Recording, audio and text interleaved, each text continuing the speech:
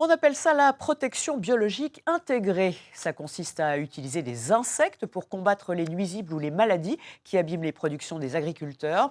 Une méthode qui ne date pas d'hier, mais qui tend à se développer avec la nécessité de réduire l'utilisation des pesticides. Illustration chez un maraîcher de Saint-Privat en Ardèche avec Sébastien Alec et Lucie Guido. Sous la serre de ce maraîcher ce jour-là, Salut Rudy!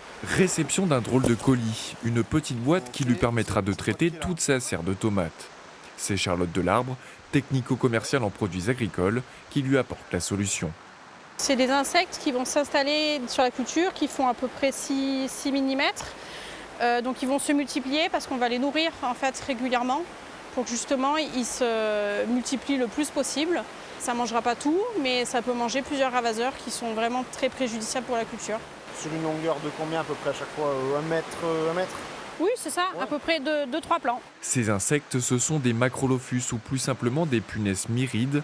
Elles vont notamment manger les acariens et les mouches blanches. Le maraîcher est convaincu par la méthode. Ça fait une paire d'années qu'on l'utilise et on est vraiment très content parce que ça marche impeccable.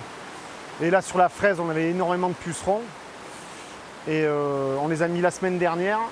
Et là, quand on ramasse cette semaine, plus rien. C'est mieux qu'un produit phyto.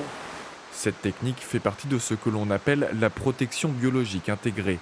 Les punaises de Rudy-sur-Aile ont été élevées dans l'usine de Marie-Claude Bonicel. Elle propose à la vente entre 30 et 40 espèces pour différentes utilisations. Je vois les œufs de chrysope qui ont été pondus sur le fil de jute qui va être déroulé. On cherche à avoir un impact positif, c'est-à-dire à avoir une réduction de l'utilisation des produits phytosanitaires, ce qui a pour conséquence une meilleure santé pour les personnels qui travaillent dans les serres, mais aussi les consommateurs également avec des produits sans résidus. Ces techniques se diffusent en France depuis les années 80, surtout pour les cultures sous serre. Amateurs de jardin, ce n'est pas réservé qu'aux professionnels.